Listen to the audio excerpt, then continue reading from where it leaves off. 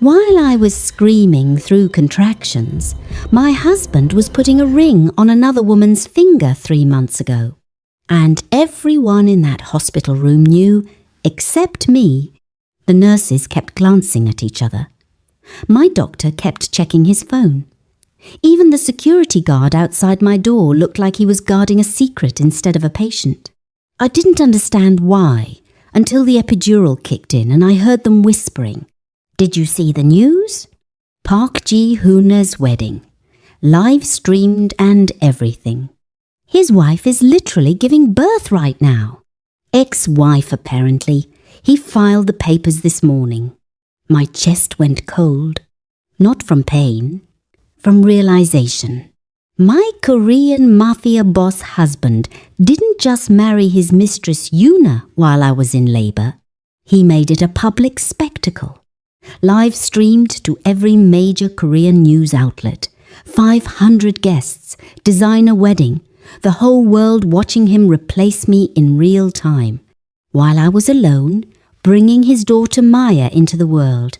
When they finally placed her on my chest, 7 pounds, 2 ounces, perfect, I looked into her tiny face and made a promise. He'll regret this, I whispered. I swear to you, baby girl, he'll regret every second. That was the moment I stopped being the heartbroken wife and became the woman who would destroy him. Here's what Park Ji-hoona didn't know. I wasn't just some American waitress from Atlanta who got lucky. My father was David Ashford, billionaire, real estate mogul, the man who owned half of Atlanta's commercial properties. When I met Ji-hoona at that coffee shop 3 years ago, I was working as a waitress by choice, taking a break from the corporate pressure, trying to be normal.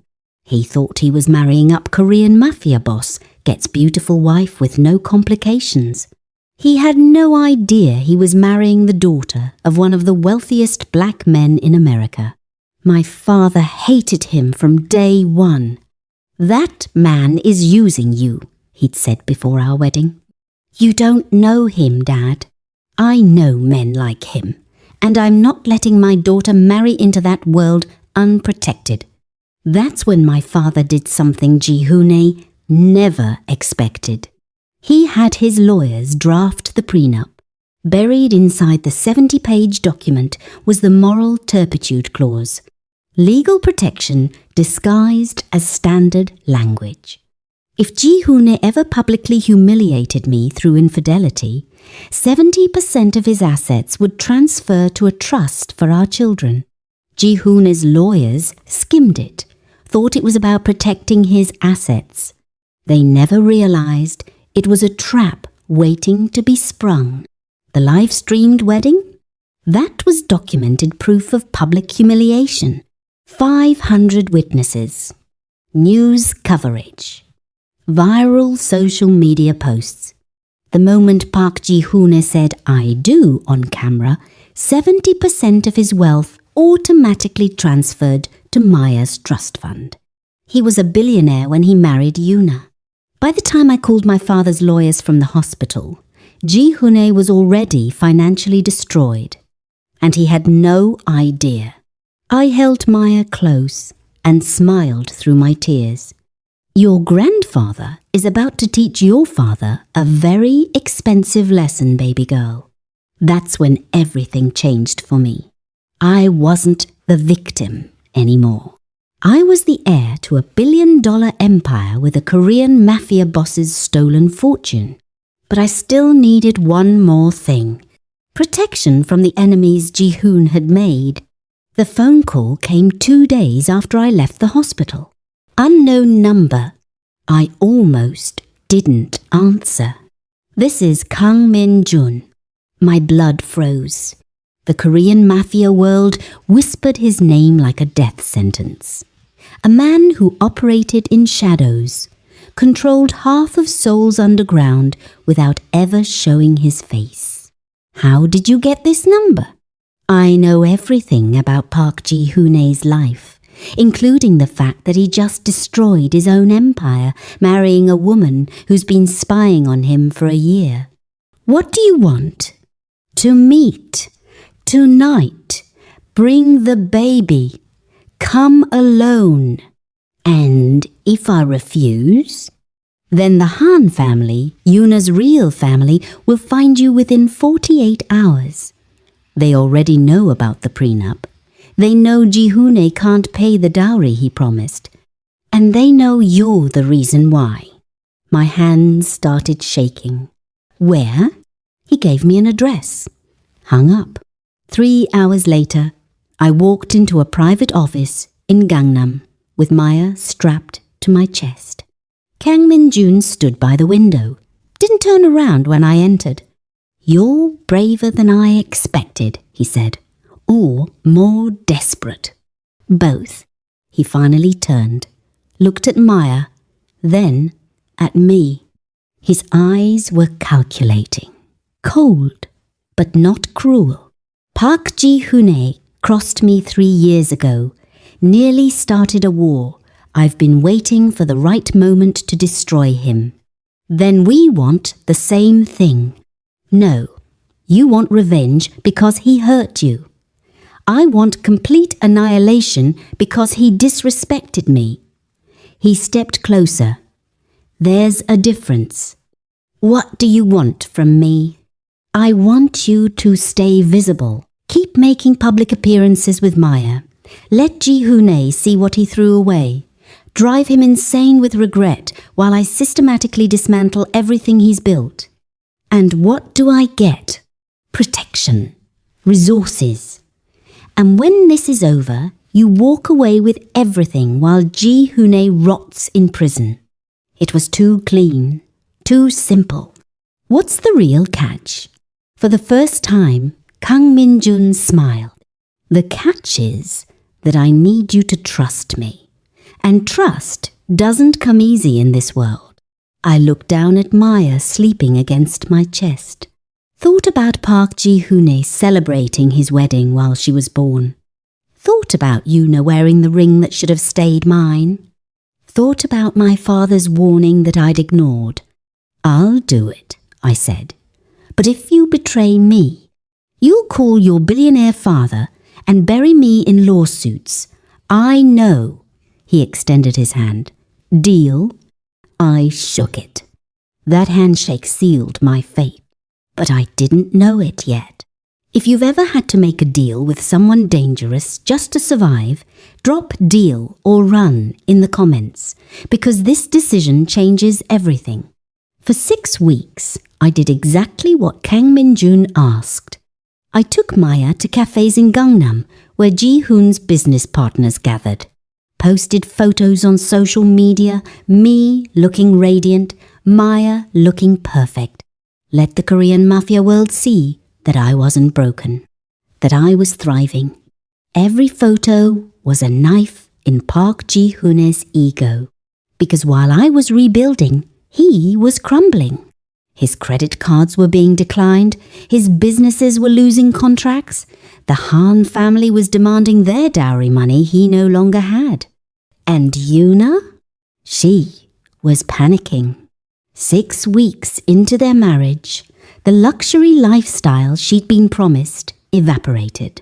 No more designer shopping sprees, no more private jets. The penthouse lease wasn't renewed. She'd married a king and inherited a pauper. That's when she made her first mistake. She called me. We need to talk. I met her at a cafe. Maya, asleep in her carrier beside me. Yuna walked in, looking nothing like the confident woman who'd stolen my husband. She looked scared. The Han family lied to me, she said immediately. They sent me to infiltrate Ji-hoon's operation. They promised I'd be protected, but now they're demanding I deliver intelligence or they'll kill me. Why are you telling me this? Because you're the only person who understands what it's like to be used by these men.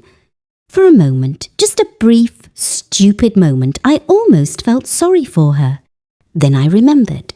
She knew what she was doing when she seduced my husband. She knew I was pregnant when she accepted his proposal.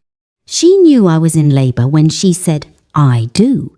"What do you want from me?" I asked coldly. "Help, protection, a way out." Why would I help the woman who destroyed my marriage? She leaned forward, desperate. "Because I have information that will completely destroy Park Ji-hoon. Financial records, illegal shipping routes, connections to politicians, everything." Now she had my attention. "What do you want in return?" "New identity, witness protection, and a guarantee that the Han family won't find me." I should have said no. Should have let her face the consequences of her choices. But she was offering me the final weapon I needed. Complete annihilation. "Give me the files first. Then we'll talk about protection." She slid a USB drive across the table. "Everything's on there. Bank accounts, shell companies, video evidence of illegal transactions." I pocketed the drive. "I'll be in touch." I walked away before she could say anything else. Maya stirred against my chest. I kissed her forehead. "Your father has no idea what's coming, baby girl." I took the USB drive straight to Kang Min-jun. He plugged it into his encrypted laptop. What we found was worse than we imagined. Park Ji-hoon hadn't just been running illegal operations. He'd been systematically stealing from Min-jun's territories for 18 months, using Yuna's Han family connections to expand into routes that belong to other Korean mafia bosses, making enemies with every move. "He's dumber than I thought," Min-jun said, scrolling through files. "He was building an empire on borrowed power and stolen territory. Can you use this?" "I can destroy him with this." He looked at me. "But there's something else you need to know." "What?" He pulled up a medical file. Park Ji-hoon's medical history. Ji-hoon has been sterile since childhood. Childhood illness. His family covered it up to protect the bloodline reputation.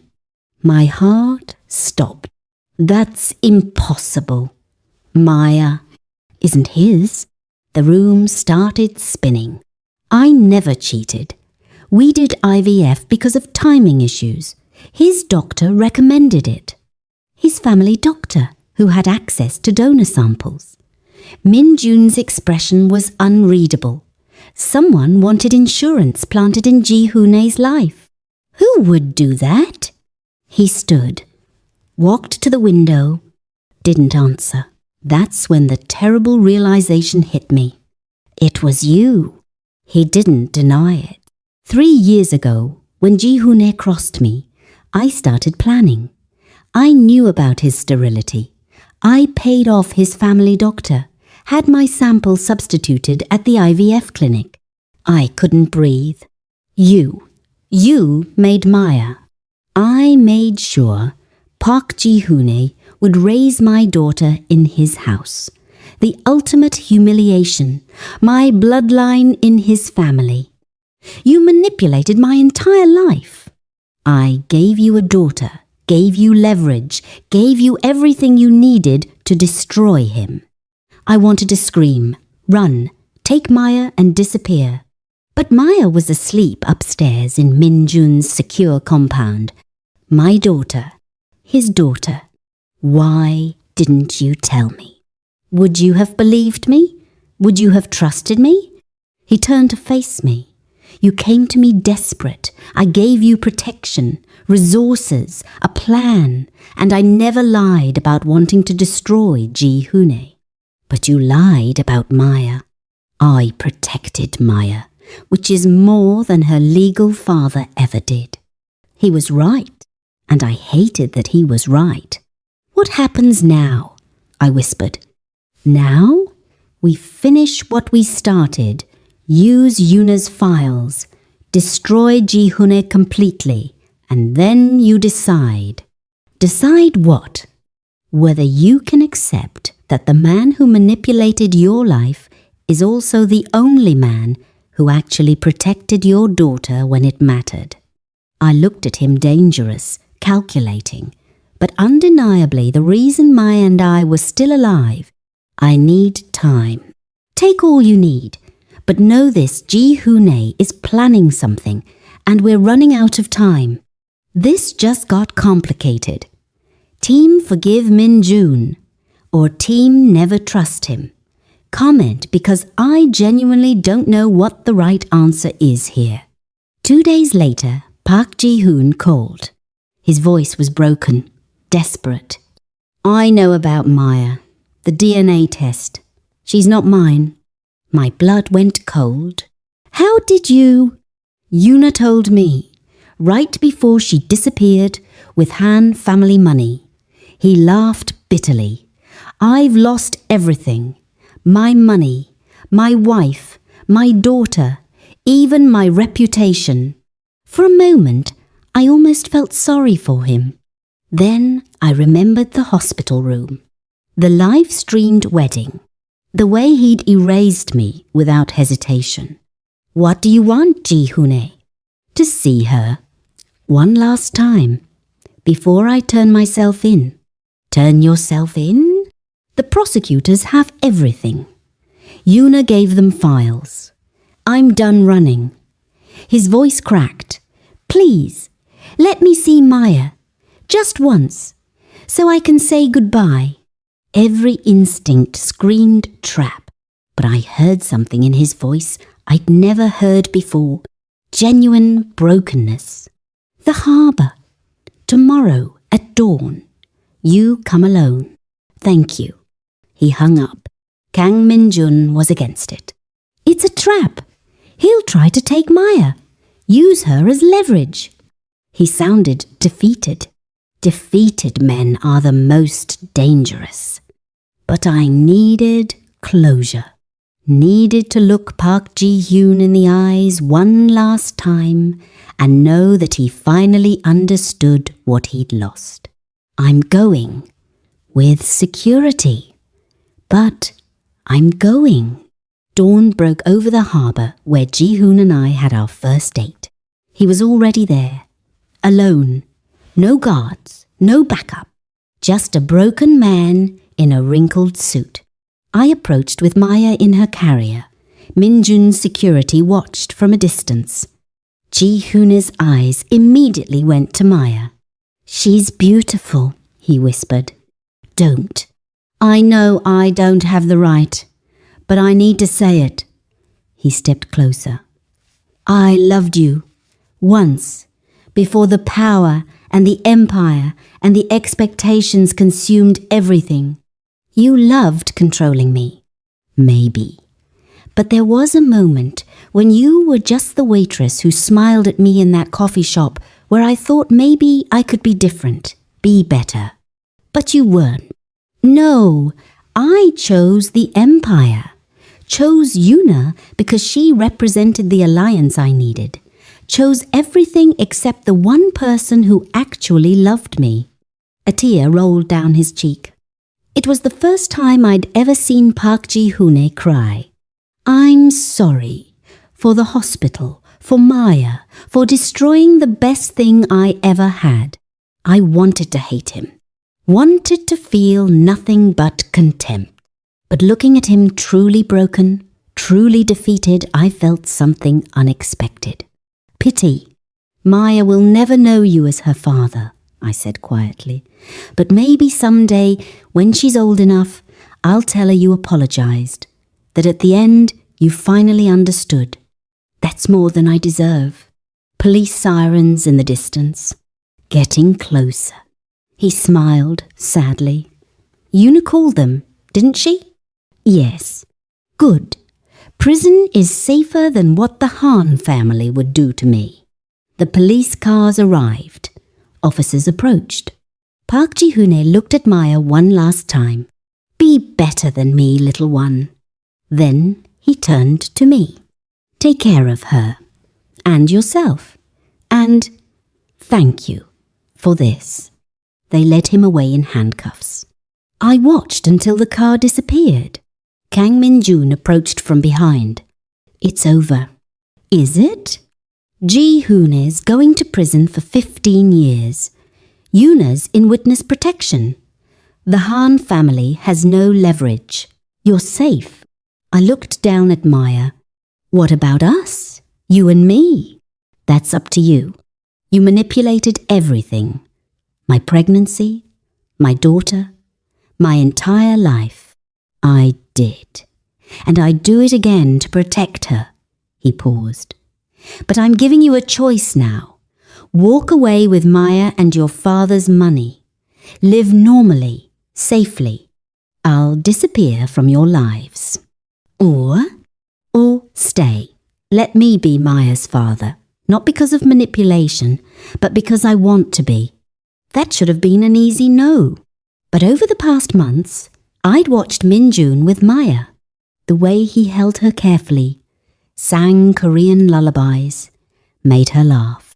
He wasn't just protecting an asset. He was loving his daughter. I don't know if I can trust you, I said honestly. I don't know if you should, but I'm asking anyway. I took a deep breath, looked at the sunrise over the harbour, thought about everything I'd survived. I need time, real time, to figure out who I am outside of revenge and survival. Take all the time you need. I'll be here. And if I decide to walk away, then I'll let you go, because you deserve the choice I never gave you before. For the first time since this nightmare began, I felt something close to peace. Not happiness, not yet, but the possibility of it. Park Ji-hoon got 15 years. Yuna got a new identity in Canada. The Han family moved on to other conflicts. And me? I moved back to Atlanta, to my father's estate, to the life I'd left behind. Maya grew, started smiling, started reaching for things, started looking more like Kang Min-jun every day. He visited once a month, never pushed, never demanded, just showed up, played with Maya, had dinner, left. Slowly, carefully, I started to trust him. Not because he'd earned it through manipulation, but because he was earning it through patience. I've been thinking, I said one evening, as he was leaving, about moving back to Seoul. Not to your compound, but close enough that Maya can know her father. Something shifted in his expression. Hope. You mean that? I mean, I'm willing to try. Not because I've forgiven everything, but because Maya deserves to know both sides of who she is. He nodded slowly. I'll find you an apartment. Secure but independent, your space. And we take this slow as you need. He kissed Maya's forehead, then looked at me. Thank you for giving me a chance I don't deserve. Don't make me regret it. I won't. He left, and for the first time in a year, I felt like maybe, just maybe, I was finally writing my own story. Not as Park Ji-hoon's discarded wife, not as Kang Min-jun's pawn, but as myself, a mother, a survivor, a woman who'd been through hell and came out holding her daughter. A letter came last week. Prison stationery. Park Ji-hoon's handwriting. I almost didn't open it, but curiosity won.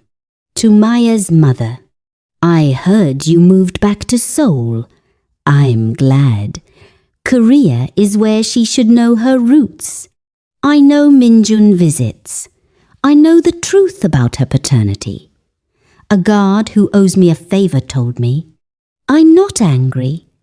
I'm relieved. She has a father who actually shows up. That's more than I ever did. Tell her someday that her legal father was a fool who chose everything wrong, but her real father, he chose her. That's the difference. I'll spend the rest of my life regretting you, but I'll never regret that you survived me. Park Ji-hoon. I read it twice, burned it, didn't cry, because I'd already grieved the man I thought I married. This letter was just confirmation of who he really was and who I'd become.